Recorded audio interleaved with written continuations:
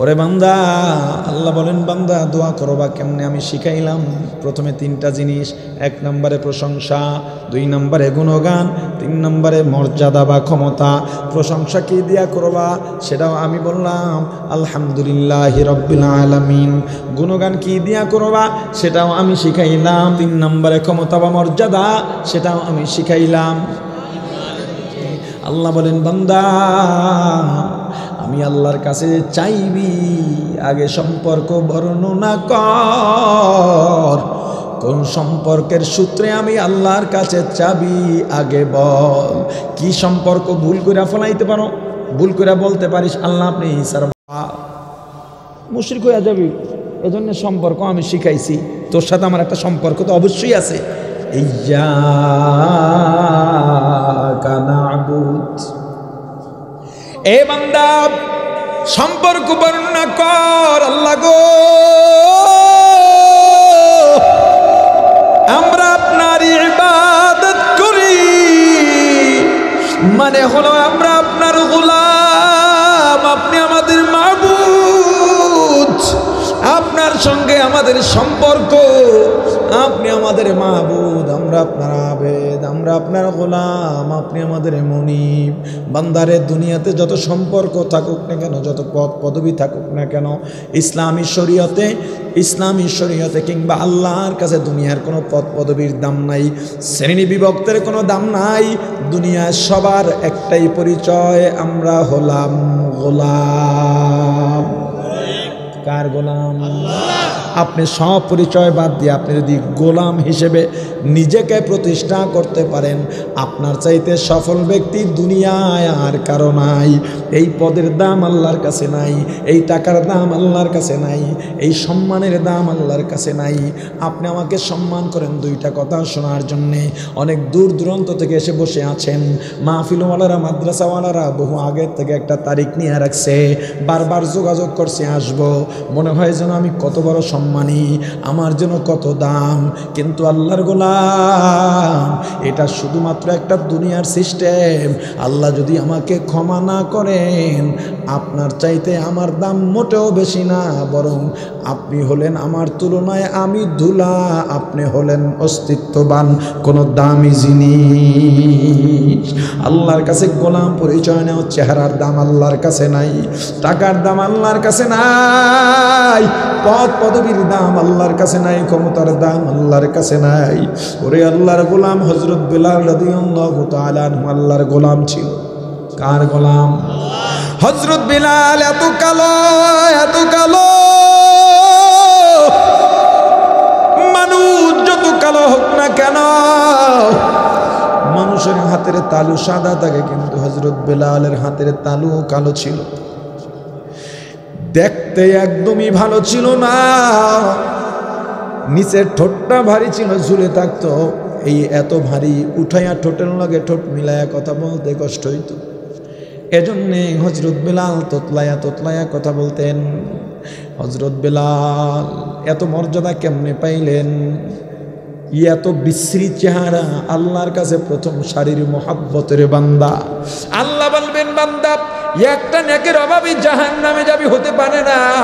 আমি আল্লাহ তোকে ক্ষমা করতে চাই। যা যা দুনিয়ার কত মোহাব্বতের মানুষ ছিল তাদের কাছে গিয়া দেখ একটা নেক পাওয়া যায় কিনা। যা তোর বাবার কাছে যা, তোর মায়ের কাছে যা, তোর ভাইয়ের কাছে যা, তোর বিবির কাছে যা, তোর বোনের কাছে যা, ওরে বান্দি তোর স্বামীর কাছে যা, দেখ একটা নেক পাওয়া যায় কিনা। বান্দা দৌড়াবে, মাকে খুঁজবে, বাবাকে খুঁজবে, কিন্তু লাভ নাই। বলে কিয়ামতের ময়দানে কেউ কাউকে চিনবে না। না না, কিয়ামতের ময়দানে সবাই সবাইকে চিনবে, কিন্তু পরিচয় দেবে না। ইয়াউমা ইয়াফিরুল মারউ মিন আখিহি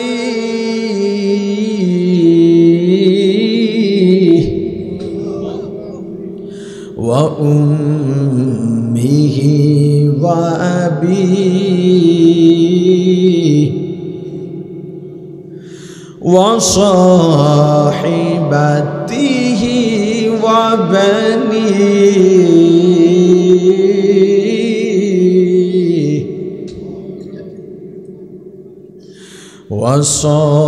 وصاحبته وبنيه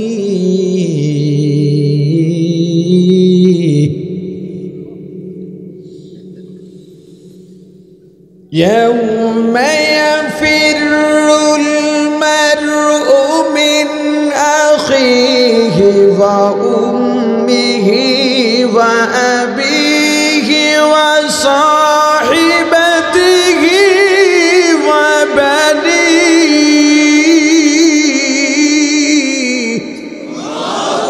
কিয়ামতের ময়দানে ইয়াফিরু ভাগবে পালাবে মা সন্তানকে দেখলে সন্তান মাকে দেখলে মা বাবাকে দেখলে বাবা মাকে দেখলে অর্থাৎ স্বামী স্ত্রীকে দেখলে স্ত্রী স্বামীকে দেখলে সন্তান বাবাকে দেখলে বাবা সন্তানকে দেখলে ভাই ভাইকে স্বামী স্ত্রীকে স্ত্রী স্বামীকে বন্ধু বন্ধুকে বোন ভাইকে ভাই বোনকে দেখলেই পালাবে ঘটনাক্রমে যদি মা আর সন্তানের সঙ্গে দেখা হয়ে যায় সন্তান বড় অনুনয় বিনয় করে বলবে মা দুনিয়ায় আমি অসুস্থ হয়ে গেলে ঘুমাও নাই সারা রাত আমার সেবা করে কাটায় দিছ ও মা আমি দূরে থাকলে বাসায় ভালো রান্না হইলে তুমি খাইতা না মা গো ঈদের সময় আমি বাড়ি না থাকলে সবাই আনন্দ করতো তুমি করতা না কত রাত আমার জন্য তুমি দোয়া করতে করতে নির্ঘুম রাত্র কাটাইছ কত রাত নামাজ আদায় করতে করতে আমার জন্য নির্ঘুম রাত্রটা কাটায় দিছ ও মা আজকে একটা নেকের অভাবে জাহান্নামে যাইতেছি মা একটা নেক দাও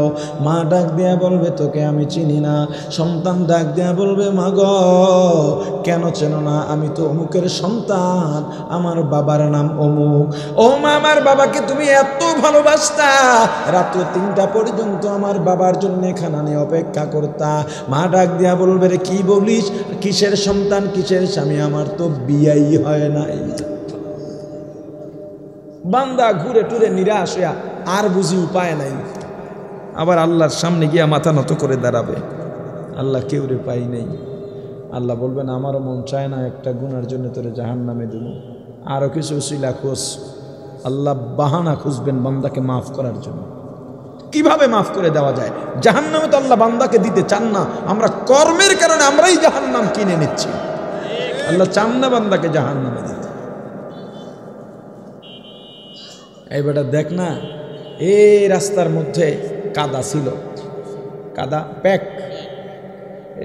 এক কদমে প্যাক পার হয়ে যাওয়া যায় না একটা কদম কাইক বলেন আপনারা না একটা কাইক ওই যে কাদার মধ্যে পড়ে বাড়ি থেকে ইটা আনা লাগে নাই তক্তাও আনা লাগে নাই এই রাস্তার পাশে একটা ইট পাইছ এটার মাঝখানে দিছ এই জন্য অনেক মানুষ কাদায় না পাড়াইয়া প্যাকে পা না দিয়া এই ইটের উপরে পা দিয়া শুকনায় গেছে এমন কোনো আমল টামল আছে খুঁজে দেখবে যে না নাই আল্লাহ নাই তো আচ্ছা দেখোস না বৃষ্টির দিনে একটা বিড়ালের বাচ্চা ভিজতে ভিজতে তোর দরজায় আসছে তুই ওইটাকে উঠাইয়া মশাইয়া একটু গরম বানাইয়া খাবার টাবার দিছ এমন কোন আমল আছে খুঁজে দেখবে না এটাও নাই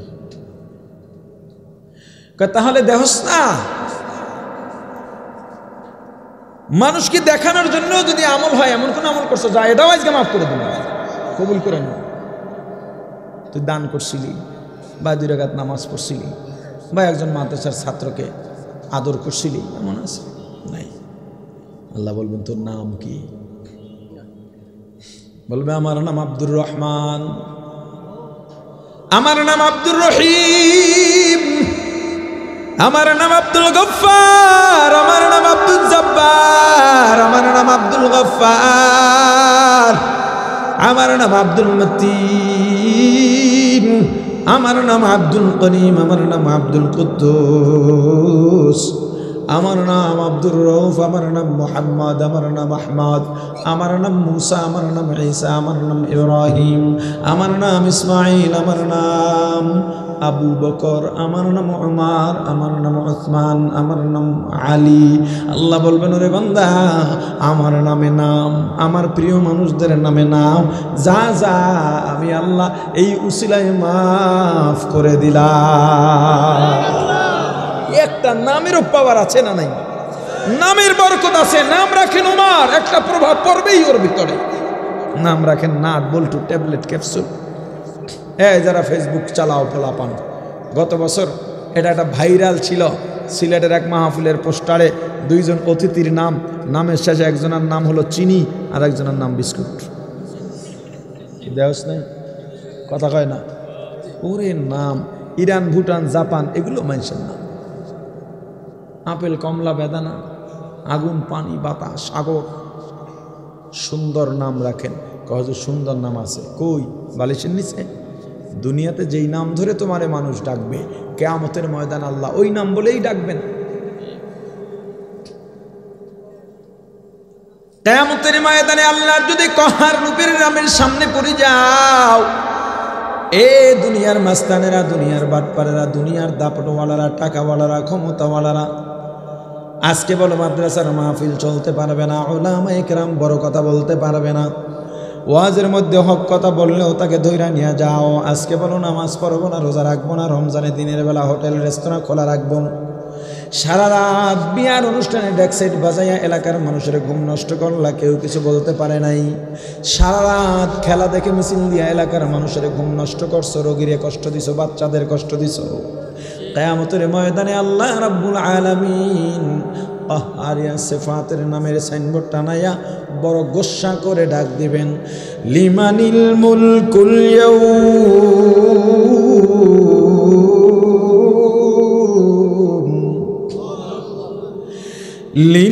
লিল্লাহিল ওয়াহিদিল কাহ্হার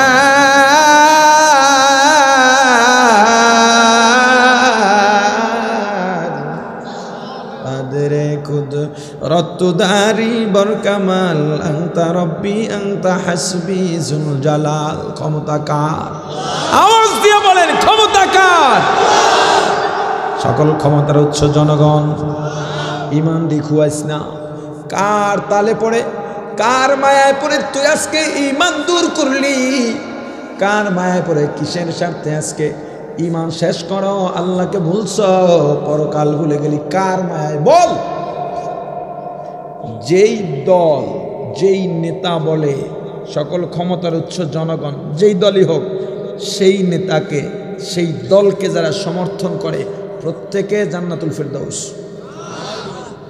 সকল ক্ষমতার উৎস জনগণ, কোনো ব্যাখ্যা ছাড়া শিরিক, কোনো ব্যাখ্যা লাগবে না, ব্যাখ্যা ছাড়া শিরিক। যেটা বিশ্বাস করে সে মুশরিক। আল্লাহ বলেন শিরিক আমি ক্ষমা করি না। তওবা কর, তওবা কর। ছাত্রলীগ, যুবলীগ, যুবদল, ছাত্রদল, ভাই আমার কলিজার টুকরা ভাই, তুমি রক্ত গরম জওয়ানি দেখাও, আরে মিয়া তুমি বিপদে পড়লে তোমার দলও তোমার পাশে দাঁড়ায় না। মা বাবাও সন্তানকে ঠকায়, সন্তানও মা বাবাকে ঠকায়। একজন আছেন যিনি কাউকে ঠকান না, তিনি হলেন আল্লাহ। তুমি আল্লাহকে ছেড়ে কার পেছনে দৌড়াও? কার পেছনে দৌড়াও বলো? কিয়ামতের ময়দানে তোমার নেতা কোনো কাজে আসবে না, তোমার প্রতিপত্তি কোনো কাজে আসবে না। নিজেকে শুদ্ধ বানায়া কবরে যাও, নিজেকে শুদ্ধ বানাও।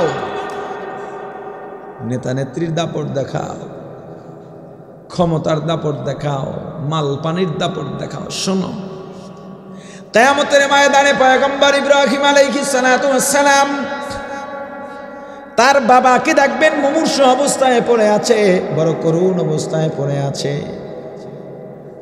পয়গম্বর ইব্রাহিম আলাইহিস সালাতু ওয়াস সালাম বড় গোসা করে, অভিমান করে বলবেন, আপনাকে আমি দুনিয়ায় বারবার সতর্ক করেছিলাম, এই দিনের কথা বলেছিলাম, শিরিক করতে নিষেধ করেছিলাম, আমি বারবার আপনাকে ডাকছিলাম আমার পথে, দিনের পথে আসার জন্য, আপনি আসেন নাই, আমার কোনো কথা শোনেন না। এই বাবা ডেকে বলবে, আজকে তুমি যা বলবা তাই মানবো, আর অবাধ্য হব না।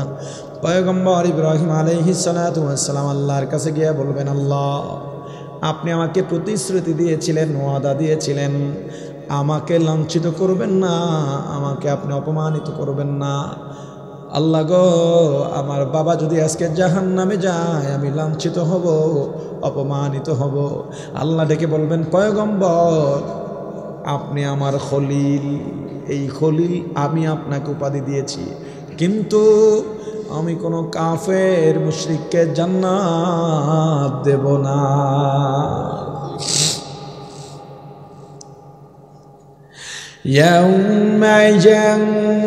ইয়াউমা লা ইয়ানফাউ মালুন ওয়ালা বানুন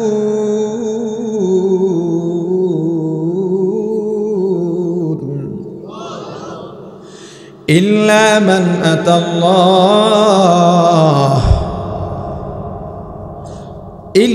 মান আতাল্লাহ বিকলবিন সালিম।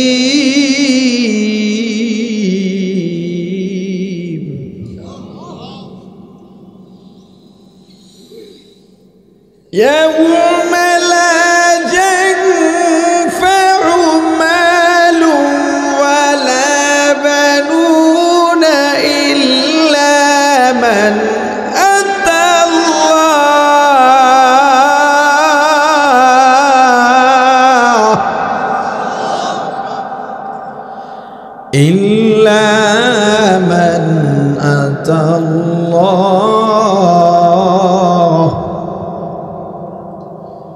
إلا من أتى الله بقلب سليم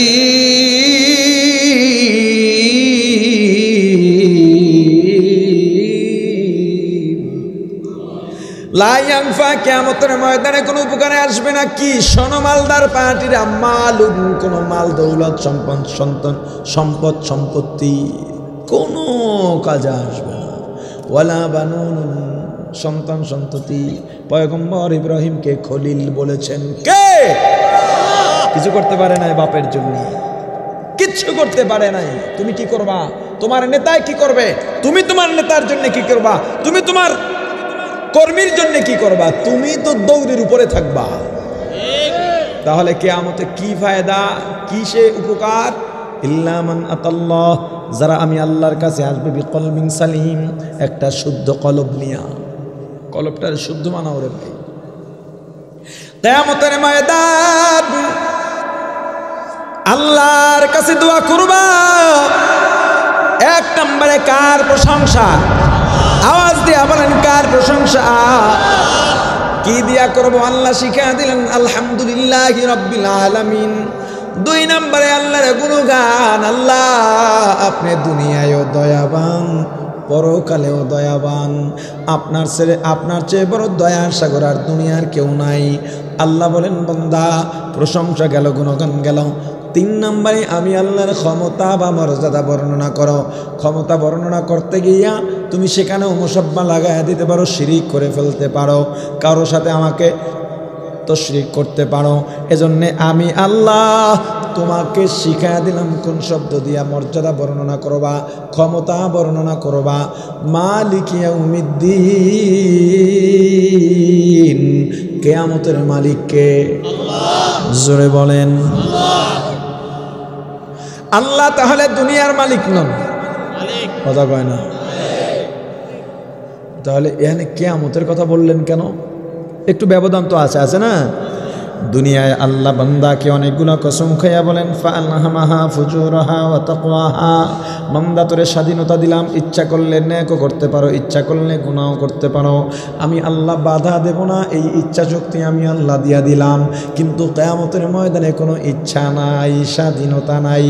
আল্লাহ কহরিয়া সিফাতের নামের সাইনবোর্ড টানায়া ডাক দিবেন লিমানিল মুলকুল ইয়াউমে, দুনিয়ার ক্ষমতাদার আজকে পারলে বলে এই দিনের মালিক কে? আল্লাহ আবার জবাব দিয়া বলবেন লিল্লাহিল ওয়াহিদিল কাহ্হার। আল্লাহর কাহ্হার রূপ যখন ধারণ করবে আসমান থরথর করে কাঁপবে, কিয়ামতের ময়দানটা থরথর করে কাঁপবে, লৌহ কলম পর্যন্ত থরথর করে কাঁপবে, জান্নাত জাহান্নাম থরথর করে কাঁপবে। দুনিয়ায় চাপার জন্য টেবিল চাপড়াইয়া সত্যকে সাময়িক সময়ের জন্য মিথ্যা বানানো যায়, গলাবাজি করে সত্যকে মিথ্যা, মিথ্যাকে সত্য বানানো যায়। কিয়ামতের ময়দানে কোনো স্বাধীনতা নাই, যেমন সত্যকে মিথ্যাও বানাইতে পারবা না। আল ইয়াউমা কি জানি ইয়াখতিমু, আরে আল ইয়াউমা নাখতিমু আলা আফওয়াহিহিম ওয়া তুকাল্লিমুনা আইদিহিম ওয়া তাশহাদু আরজুলুহুম বিমা কানু ইয়াকসিবুন। চাপাবাজি করতে যাবি, আল্লাহ চাপাটা বন্ধ করে দেবেন। হাত কথা বলবে, পা কথা বলবে, সাক্ষ্য দেবে। আল্লাহ জবান বন্ধ করে দেওয়ার মানে এই নয় জবান বন্ধ থাকবে, মূলত জিহ্বাও কথা বলবে, তবে জিহ্বা আমার নিয়ন্ত্রণে থাকবে না। জিহ্বা জিহ্বার মতো কথা বলবে, হাত হাতের মতো কথা বলবে, পা পায়ের মতো কথা বলবে। তুমি বলবা, ওরে হাত, তোরে কত সাবান দিলাম, কত তৈল মালিশ করলাম, কত লোশন দিলাম, একটু আঘাত পাইলে ব্যান্ডেজ করে রাখছি, কত যত্ন করছি, আজকে আমার বিরুদ্ধে চলে গেলি। হাত ডাক দিয়া বলবে, আমি তো আল্লাহর মাত্র একটা আদেশ ছিলাম, দুনিয়ায় তোর গোলাম বানায়া দিছে, এই জন্য তুই যেভাবে চলছ আমাকে সেইভাবে চালাইছ, আমি কিচ্ছু বলি নাই। আল্লাহ যদি দুনিয়ায় আমাকে বইলা দিতেন, বান্দা যা করবে শাসন করবি, সাথে সাথে তোর গালে থাপ্পড় লাগাইয়া দিতাম। কিয়ামতের মালিক কে? দুনিয়ার মালিক কে? ব্যবধান কি? দুনিয়ায় আল্লাহ স্বাধীনতা দিয়েছেন, পরকালে কোনো স্বাধীনতা নাই। ওরে বান্দা, আল্লাহ বলেন বান্দা দোয়া করবা কেমনে আমি শিখাইলাম। প্রথমে 3টা জিনিস, 1 নম্বরে প্রশংসা, 2 নম্বরে গুণগান, 3 নম্বরে মর্যাদা বা ক্ষমতা। প্রশংসা কি দিয়া করবা সেটাও আমি বললাম, আলহামদুলিল্লাহি রাব্বিল আলামিন। গুণগান কি দিয়া করবা সেটাও আমি শিখাইলাম, বলেন। 3 নম্বরে ক্ষমতা বা মর্যাদা, সেটাও আমি শিখাইলাম। এই যে আমার কাছে চাইবি, চাওয়ার আগে তো প্রশংসা করলি, গুণগান করলি, মর্যাদা বললি, চাবি যে আমি কেডায় তুই যে আমার কাছে চাবি? সম্পর্ক বর্ণনা কর, তোর লগে আমার সম্পর্কটা কি?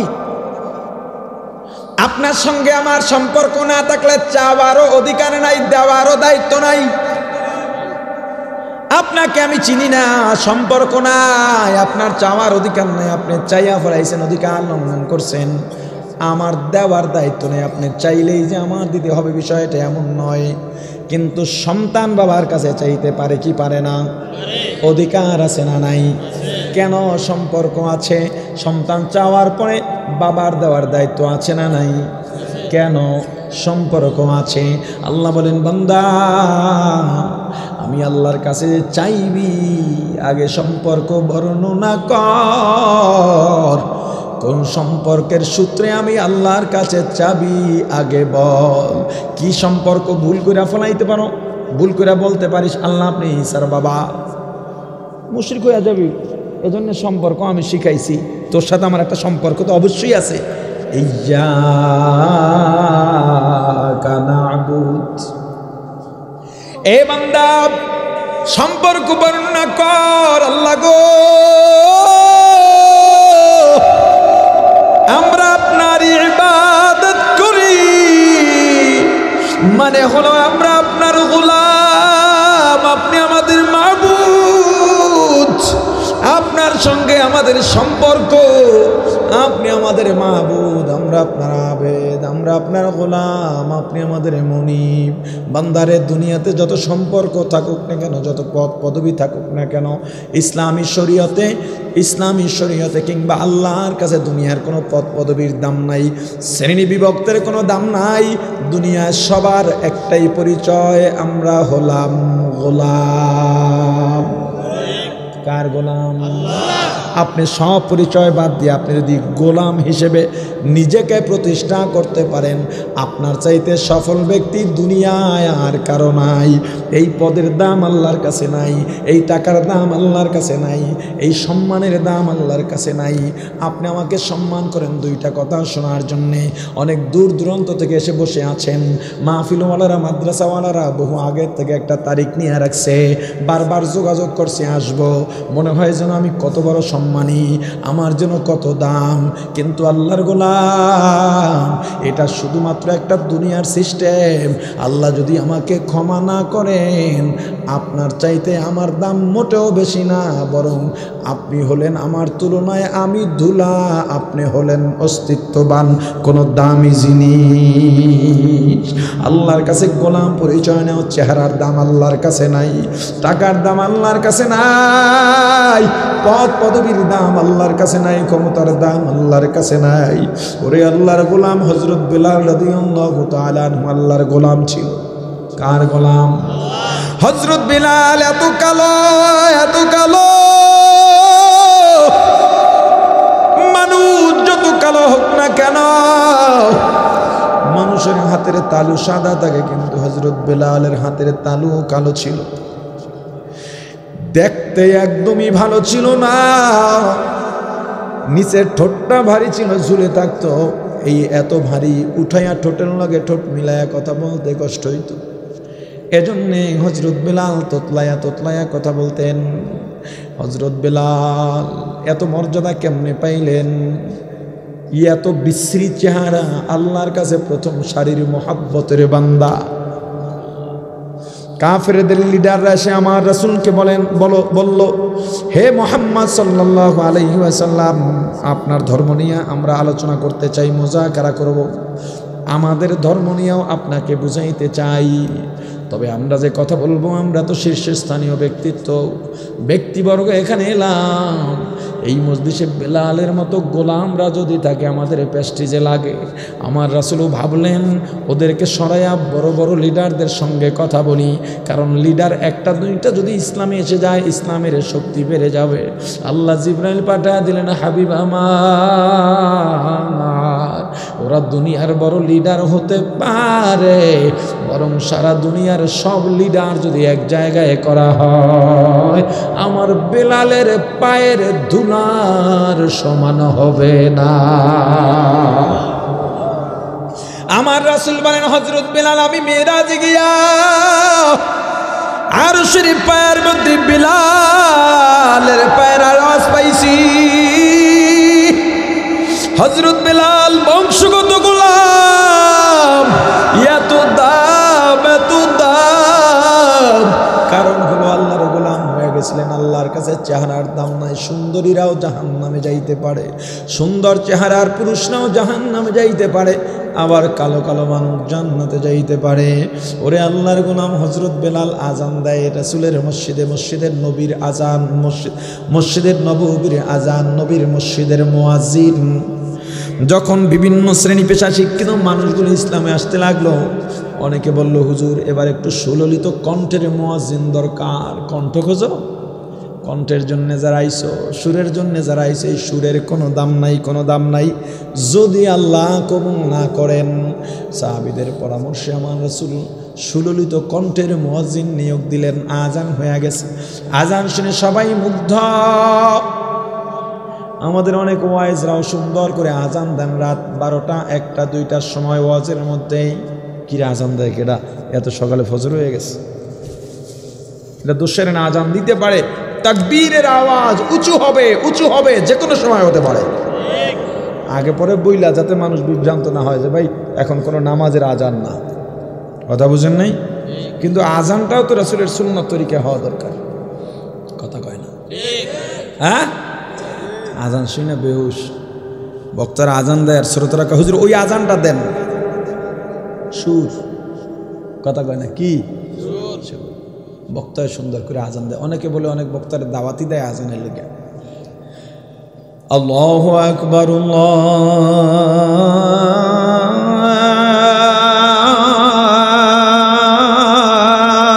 আল্লাহু আকবার, আবার আল্লাহু আকবার।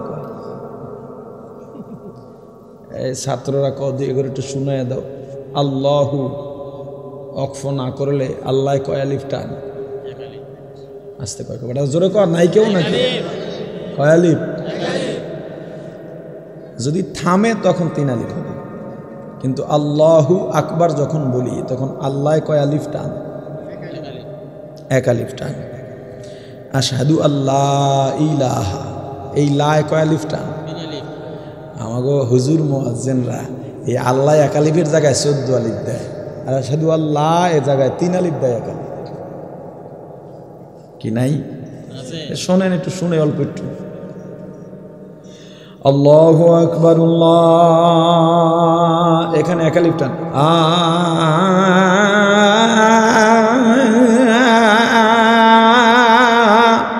14 আলিফ পার হইছে। আর আশহাদু আল্লাহ এখানে কয় আলিফ? এই জায়গায় টান দেয় কেন দেন? আশহাদু আল্লাহ ইলাহা ইল্লাল্লাহ, এই যে লা দেশ 1 আলিফ টান দিয়ে গেল। বরকত তো সব জায়গা থেকে চলে গেছে। এক আলিফে এক, তিন আলিফে তিন। আমি সুন্নত তরিকার আজান একটু দিমু, কথা কয় না? এর দূরে যারা আছেন এই আজানে আবার ফজর এশা কিছুই মনে করেন না। আল্লাহু আকবার, আল্লাহু আকবার, আল্লাহু আকবার, আল্লাহু আকবার। আশহাদু আন লা ইলাহা ইল্লাল্লাহ,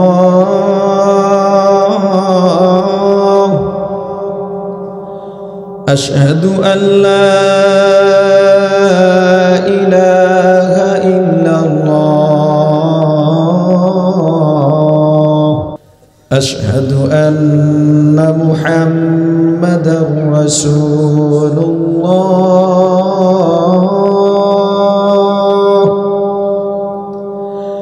আশহাদু আন্না মুহাম্মাদার রাসূলুল্লাহ।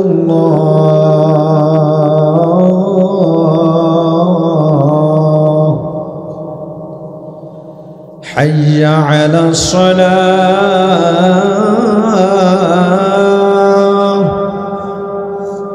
হাইয়া আলাস সালাহ,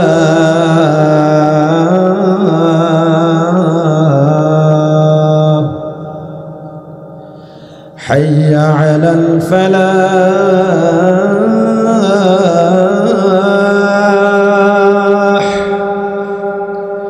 হাইয়া আলাল ফালাহ।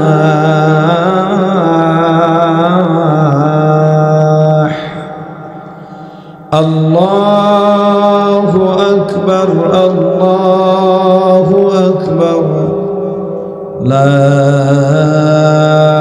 ইলাহা ইল্লাল্লাহ।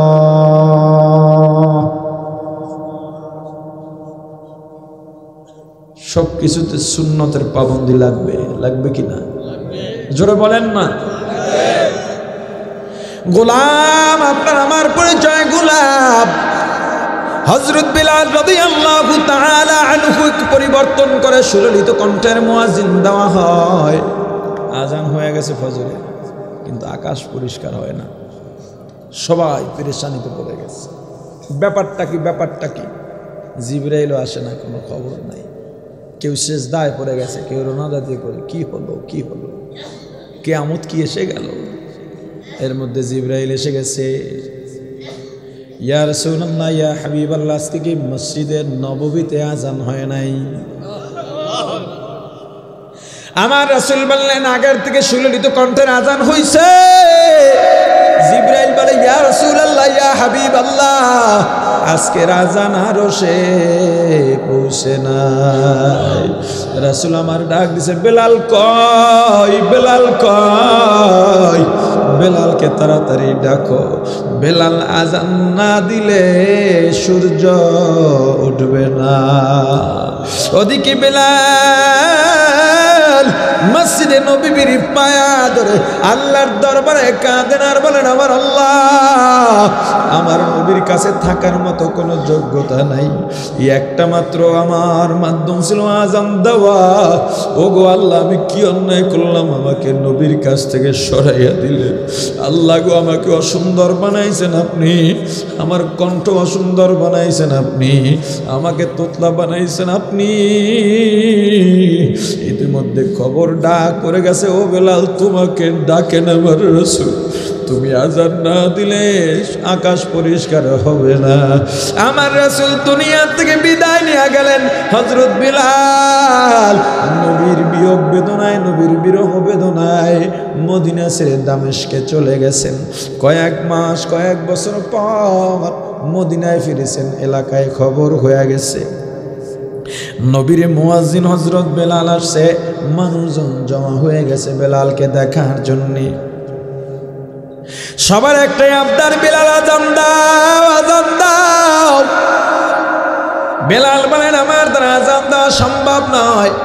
যেই শহরে নবী নাই ওই শহরে আমি আজান দিতে পারবো না। হাসান হোসেন রাদিয়াল্লাহু তাআলা আনহুমা ডাক দেয়া বলেন, চাচা আজান দেন। নানাকে হারাইলাম, আপনাকেও হারাইলাম, আজান দেন, মজা লাগবে। আপনার আজানের মতো আর আজান পাই না। নবীজির নাতি দয়ের কথা ফালাইতে পারেন নাই। হযরত বেলাল রাদিয়াল্লাহু তাআলা আনহু আজানে দাঁড়ায়া গেছেন। আজানে দাঁড়ায়া থরথর করে কাঁপতেছেন। আল্লাহু আকবার, আল্লাহু আকবার বলছেন, আর কান্না শুরু হয়ে গেছে। আল্লাহু আকবার, আল্লাহু আকবার, কান্না বেড়ে গেছে। আশহাদু আল্লা ইলাহা ইল্লাল্লাহ বলেন, কান্না বেড়ে যায়, কান্না বেড়ে যায়। এবার দুইটা থরথর করে কাঁপতেছে, কথা বলতে পারেন না, আজানের শব্দ আলফাজ বলতে পারেন না। কোনো মতে আশহাদু আল্লা ইলাহা ইল্লাল্লাহ বলছেন। এরপরে যখনই বলছেন আশহাদু আন্না মুহাম্মাদার রাসূলুল্লাহ,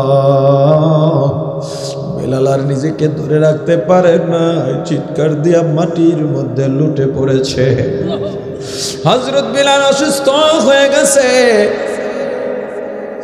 সবাই মাথায় পানি দেয়, মাথা ডলে দেয়, বুক ডলে দেয়। হযরত বেলাল চক্ষু খুললেন, চোখ দিয়া শুধু পানি পড়তেছে আর কাঁপতেছে। ও ভাই বেলাল, আপনি কেন বেহুশ হয়ে গেলেন, পড়ে গেলেন? বেলাল ডাক দিয়া বলেন, ভাইয়েরা, আমি আগেই বলেছিলাম নবী নাই, আমি আজান দিতে পারবো না। আমি যখন আজানে দাঁড়ায় গেছি, আমি তো ভুলেই গিয়েছিলাম আমার নবী নাই। আমি আগে যখন আজান দিতাম আশহাদু আন্না মুহাম্মাদার রাসূলুল্লাহ বলতাম, আমি একটু আড়ে আড়ে তাকাইতাম রাসূলের মিম্বরের দিকে। আমি তাকায় দেখতাম আমার রাসূল মিম্বরে বসে আমার দিকে তাকাইয়া তাকাইয়া হাসতেছে। আজকে তো আমি ভুলেই গিয়েছিলাম, বড় আশা নিয়ে আজান দিয়া আশহাদু আন্না মুহাম্মাদার রাসূলুল্লাহ বলে বড় আশা নিয়ে আবেগ নিয়ে আবার মেম্বরের দিকে একটু তাকাইছি, তাকায় দেখি মেম্বর খালি। তখনই মনে হলো আমার রাসূল আর দুনিয়ার মধ্যে নাই, আমি আর সহ্য করতে পারি নাই। ওরে আল্লাহর গোলাম, তুমিও আল্লাহর গোলাম হও। রাসূলের মায়া বেলালের মধ্যে কেমন! আল্লাহ তো বেলালের চেহারা দেখেন নাই, সুরত দেখেন নাই, যোগ্যতা দেখেন নাই, বংশ দেখেন নাই, টাকা পয়সা দেখেন নাই, ক্ষমতা দেখেন নাই, মান মর্যাদা দেখেন নাই। আল্লাহ কলব দেখেছে। বান্দারে আল্লাহর সাথে সম্পর্ক বর্ণনা করো, এটাও মেনে নাও আল্লাহ আমাদের মাবুদ, আমরা আল্লাহর গোলাম। গোলাম কাকে বলে? মুসলমানি বুয়াদ করদান নেহাদান আয়নানে খুদ বদস্তে খাজদাদান। ঘোড়ার মুখের মধ্যে যখন লাগাম লাগাইয়া মালিক লাগামের রশি ধরে ফেলে, ওই ঘোড়া বোবা কণ্ঠে ডাক দেয়া বলে, রে মালিক, যখন আপনি লাগাম ধরছেন আমার আর কোনো স্বাধীনতা নাই। ডানে টানবেন ডানে যাব, বামে টানবেন বামে যাব, দুদিক থেকে টান দেবেন, দাঁড়ায় যাব, সামনে যাইতে বললে যাব। লাগাম যেহেতু আপনার হাতেই চলে গেছে, আমি ঘোড়ার কোনো স্বাধীনতা নাই। যতদিন রক্ত আছে, শক্তি আছে, আমার পছন্দ না হইলেও আমি আপনার হুকুম মেনেই চলব। বান্দারে, তোমার আমার লাগামটা আল্লাহর হাতে ছেড়ে দাও। আর ডাক দেয়া বলো, আমার আল্লাহ, আমাকে আপনি খাওয়াইয়া রাখলেও আমি খুশি, না খাওয়াইয়া রাখলেও খুশি। ওগো আল্লাহ, আপনি আমাকে বিপদে রাখলেও আপত্তি নাই, টাকা বানাইলে টাকাওয়ালা বানাইলেও আপত্তি নাই। গরিব বানান, সুখে রাখেন, দুঃখে রাখেন, কষ্টে রাখেন, জেলে রাখেন, বাইরে রাখেন, পাকা বিল্লি রাখেন, কুড়ের ঘরে রাখেন, যা যাবর বানাইয়া রাখেন আমার আল্লাহ। শুধু একটাই আবেদন, একটাই ফরিয়াদ, আমাকে আপনার গোলাম बनाया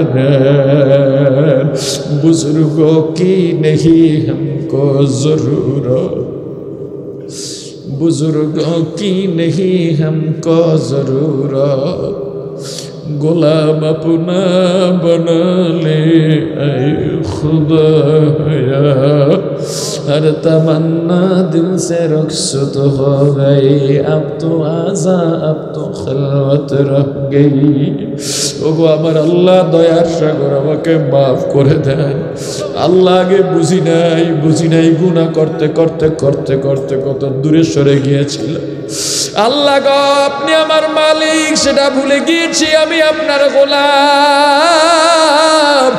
দুনিয়ার মায়ায় পড়ে, দুনিয়ার পদ পদবি পাইয়া, দুনিয়ার ক্ষমতা পাইয়া ভুলছি রে মালিক। সন্তান যদি মা বাবার সঙ্গে অন্যায় করে, মা বাবা সন্তানকে ঘর থেকে বের করে দেন। সন্তান গিয়া বন্ধু বান্ধবের সঙ্গে খেলাধুলায় লিপ্ত হয়ে যায়, আর মনে মনে ভাবে আহারে এরাই আমার আপন। এখানে খেলাধুলা করলে বাধা নাই, মিথ্যা বললেও বাধা নাই, গালাগালি করলেও বাধা নাই, কেউ আমাকে বাধা দেয় না, বরং খেলার সাথী হয়ে আমার সঙ্গে খেলে। এরাই আমার আপন, মা বাবার কাছে আর ফিরে যাব না। কিন্তু যখন সন্ধ্যা ঘনায় আসে, ডানে বামে সামনে পেছনে তাকায়, দেখে বন্ধু বান্ধব কেউ নাই, যার যার মতো বাড়ি চলে যায়। সন্তান বুঝতে পারে আসলে আমার ধারণা ভুল ছিল, এরা আমার আপন না, এরা আমার ঘনিষ্ঠ না। এরা যদি আপন হইতো সন্ধ্যা নাই আসছে,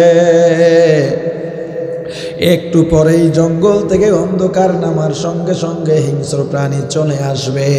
এই সময় যেহেতু আমাকে কেউ সঙ্গে নেয় নাই, এরা আমার আপন না, খেলাধুলার স্বার্থে আমাকে ব্যবহার করেছে। মূলত আমার আপন যদি থাকে, মা বাবাই আমার আপন। এই চিন্তা করে সন্তান বাড়ির দিকে দৌড় দেয়, আসতেও হাঁটে না।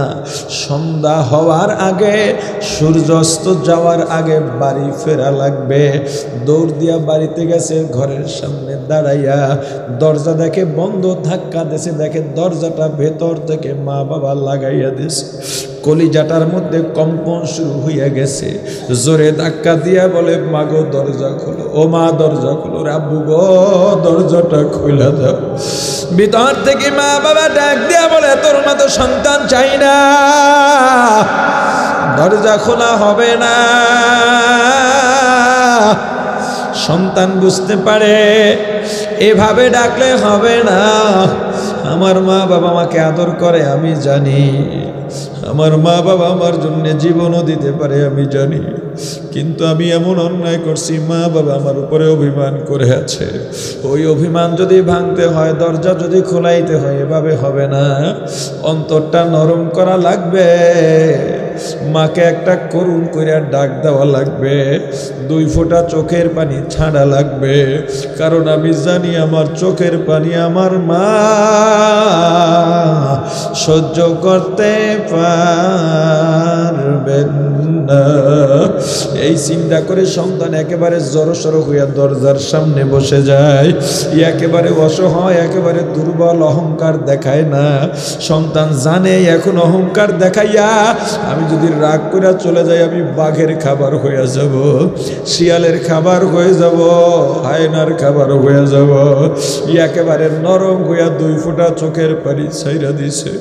শক্ত অন্তরটা মোমের মতো গলে গেছে। এবার দরজার মধ্যে ছোট্ট ছোট্ট করে নক করে,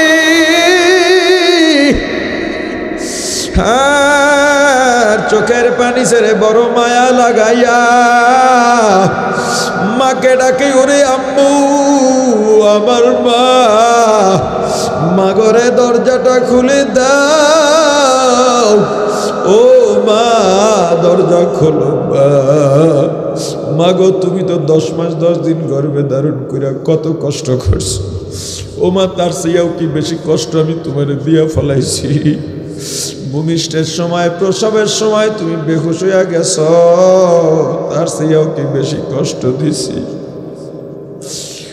ও মা যদি কষ্ট দিয়ে থাকি মাফ কইরা দাও, মাগো তুমি ছাড়া যাওয়ার জায়গা নাই।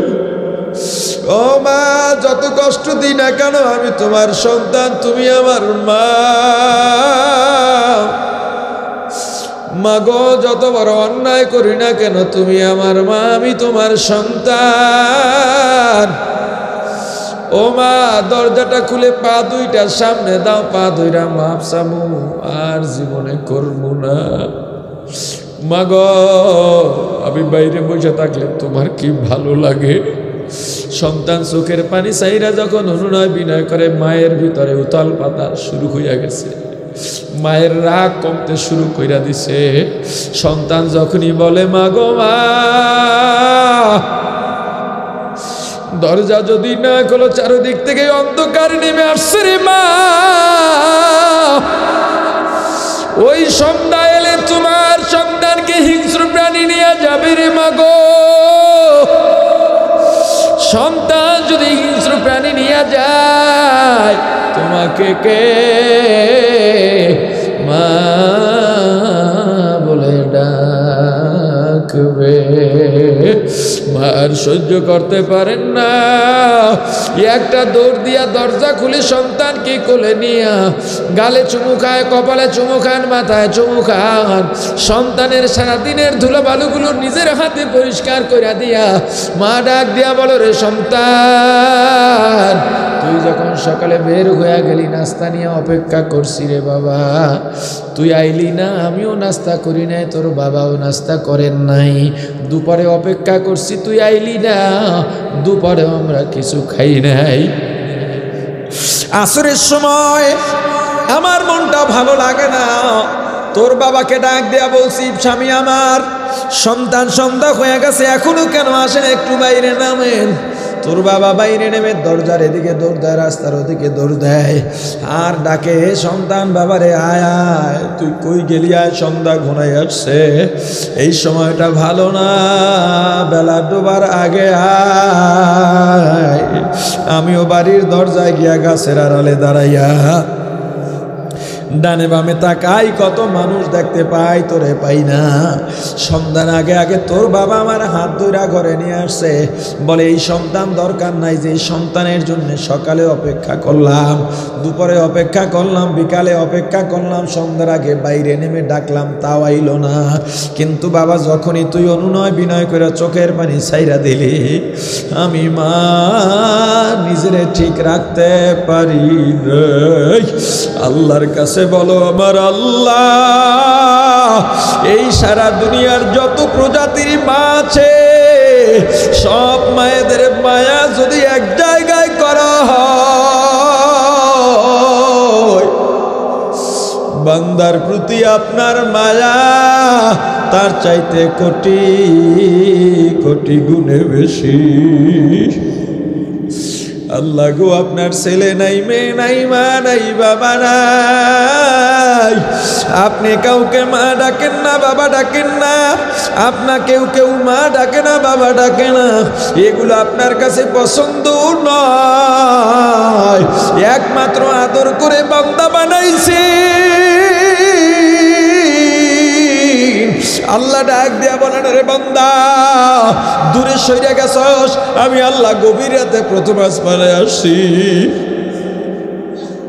ফাতাহাজ্জাত ইলাইকা না ফাতাহাজ্জাত নাফিলাতাল লাক, বান্দা তোরে ডাকছি, আয় আয়, একটু তাহাজ্জুদে দাঁড়া। এ বান্দা, তোরে এত মায়া করছি, দয়া করছি, বান্দারে তোর মায়ের গর্ভের মধ্যে যখন তোর 8-9 মাস হয়ে গেছে, বান্দা তোর মা হাঁটতে পারে না, চলতে পারে না, হোঁচট খেয়া পড়ে গেলে পেটের মধ্যেই তোর মাথা তেতলে যাইতে পারতো, হাত পা ভেঙে যাইতে পারতো, কিন্তু তোর মা হোঁচট খেয়া পড়ে নাই কেন জানিস? তোর মাকে পাহারা দিয়েছি আমি আল্লাহ। তোর মা যখন প্রসব বেদনায় শুয়ে পড়লো, তোর মায়ের উপরে মনে হয়েছে আসমান ভেঙে পড়ছে, তোর মা বেহুশ হয়ে গেছে। চিকিৎসা বিজ্ঞানীরা বলে, একজন রোগী, একজন মানুষ যন্ত্রণা সহ্য করতে পারে 43 থেকে 45 ডিগ্রি, এর বেশি 1%, 1 ডিগ্রি যন্ত্রণা হইলে মানুষ আর বাঁচে না। এই পৃথিবীতে 45 ডিগ্রির বেশি যন্ত্রণা নিয়ে কোনো মানুষ বাঁচতে পারছে এমন কোনো রেকর্ড দুনিয়ার মধ্যে নাই। কিন্তু একজন মা যখন সন্তান প্রসব করেন, ওই মায়ের যন্ত্রণার ডিগ্রি তাকে 52 থেকে 54। আরে চিকিৎসা বিজ্ঞানীরাও অবাক, এরপরে মানুষটা কেন বেঁচে থাকে, বাঁচার তো কথা না। আল্লাহ বলেন, ওরে বান্দা, তোর মাকে বাঁচায় রাখছি আমি আল্লাহ, কারণ তোর উপরে দয়া করে তোর মায়ের চাইতে তোকে এত আদর যত্ন করে আর কেউ মানুষ বানাইতে পারবে না। বান্দারে, তুই ছোট্ট শিশু, কান্না ছাড়া কোনো ভাষা নাই, ক্ষুধা লাগলো কাঁদিস, ব্যথা পাইলো কাঁদিস, মশায় কামড়াইলো কাঁদিস, তোর ভাই বোন বলতে পারে না, তোর খালা, তোর ফুফু, তোর মামা, তোর চাচা, এমনকি তোর বাবাও বলতে পারে না কখন কিসের জন্যে কাঁদিস, কিন্তু তোর মা চিৎকারের সঙ্গে সঙ্গে বুঝতে পারে কেন কাঁদিস। এটা তোর মায়ের কারামতি নয়, বরং আমি আল্লাহ তোর উপরে দয়া করে মায়া করে তোর মায়ের ভিতরে একটা সেন্সর লাগাইয়া দিছি। কোন সময় কাঁদিস তোর মা বলতে পারে, ক্ষুধা লাগলে যখন কান্না শুরু করো তোর মা বলতে পারে ক্ষুধা লাগছে, খাবার দেয়। কারণ বান্দা, যদি আমি আল্লাহ সেন্সর না দিতাম, তোর প্রয়োজন তোর মা বুঝতো না, তুই একসময় অসুস্থ হইয়া মারা যাইতে পারতি। ওরে আল্লাহর গোলাম, একটু পরীক্ষা করে দেখেন, বাড়িতে ছোট বাচ্চার রাত 3টায় ঘুম ভেঙে গেছে, কান্না শুরু করছে, আপনি ডাক দেওয়া বললেন, এ বিবি কান্না বন্ধ করো, একটু দুধ দাও, একটু খাবার দাও। বিবি ডাক দেওয়া বলে, ওর এখনো ক্ষুধা নাই, তাহলে কেন কাঁদে? বলে ফ্যানটা ছেড়ে দেন। ফ্যানটা ছেড়ে দিলেন, কান্না বন্ধ। আর একদিন আপনার বউয়ের পিছে পিছে সন্তান হামাগুড়ি খায় আর কান্দে, আপনি বলেন একটু খাওয়াইয়া দাও, কান্না বন্ধ করো। বলেন আজকে আর ক্ষুধা নাই, তাহলে কেন কান্দে? ওর একটু কোলে নেন, কোলে নিছেন, কান্না বন্ধ। আবার আর একদিন বাড়িতে ফিরছেন, সন্তান কাঁদে, কোলে নিছেন, কিন্তু কোলে নেওয়ার পরেও কান্না বন্ধ হয় না। ফ্যান ছাইরা দিছেন, তবুও কান্না বন্ধ হয় না। এবার ছেলের মায় বলে, মেয়ের মা বলে, ওরে কিছু দিয়া থামানো যাবে না, একটু আমার কাছে দেন, খাওয়াইয়া দি। যখনই দুধ পান করাইয়া দেয়, কান্না বন্ধ, এবার আপনার সঙ্গে খেলাধুলা করে। আল্লাহ বলেন, এত মায়া করলাম, দয়া করলাম, বান্দারে আস্তে আস্তে হাড্ডি শক্ত বানাইলাম, মারি শক্ত বানাইলাম, দাঁত দিলাম, জবানে এত সুন্দর ভাষা দিলাম, আস্তে আস্তে আমি আল্লাহ যৌবন দিলাম, তুই আমারে যৌবন পাইয়াই ভুললি। ওরে বান্দা, সারাদিন কাজ করিস, ক্লান্ত হয়ে যাস, আমি আল্লাহ দিলাম রাত্র, দিলাম বিশ্রামের জন্যে, কিন্তু আমি আল্লাহ লা তাখুযুহু সিনাতুন ওয়ালা নাওম, আমি আল্লাহ ঘুমাই না, আমি আল্লাহকে তন্দ্রায় ধরতে পারে না। কারণ বান্দা, গভীর রাতে তুই যদি আমাকে উঠে ডাক দিস, আমি আল্লাহ যদি ঘুমাইয়া যাই, তোর ডাকে সাড়া দেবে কে?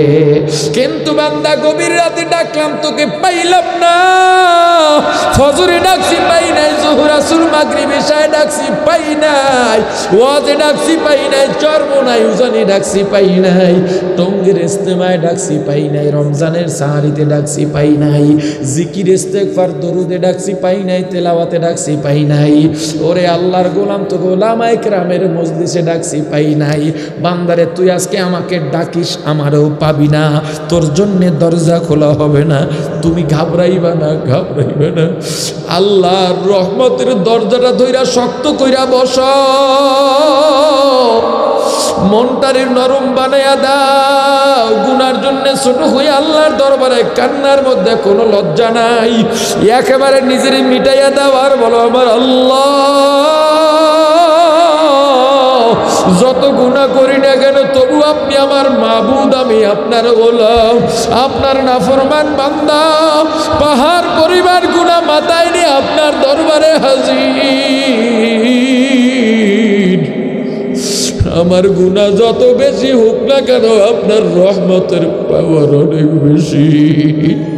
ও আল্লাহ, বুঝি নাই, আল্লাহ বুঝি নাই, শয়তানের ধোকায় পড়ছিলাম, নফসের ধোকায় পড়ছিলাম, আল্লাহ গো, উন্মাদনার ধোকায় পড়া রাত একটাই খেলা দেখছি, মানুষের ঘুম নষ্ট করে কষ্ট দিছি, বিরুদ্ধীদের কষ্ট দিছি, শিশুদের কষ্ট দিছি, আল্লাহ বুঝি নাই, আল্লাহ হারাম খাইছি, বুঝি নাই, আল্লাহ কত গালি দিছি, মিথ্যা বলছি, বুঝি নাই।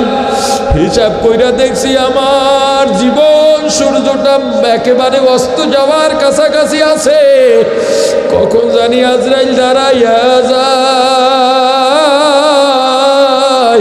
ওগো আল্লাহ, বুঝি নাই, বুঝি নাই, আপনার দরবারে আইছি, আমাকে ফিরাইয়া দিয়েন না।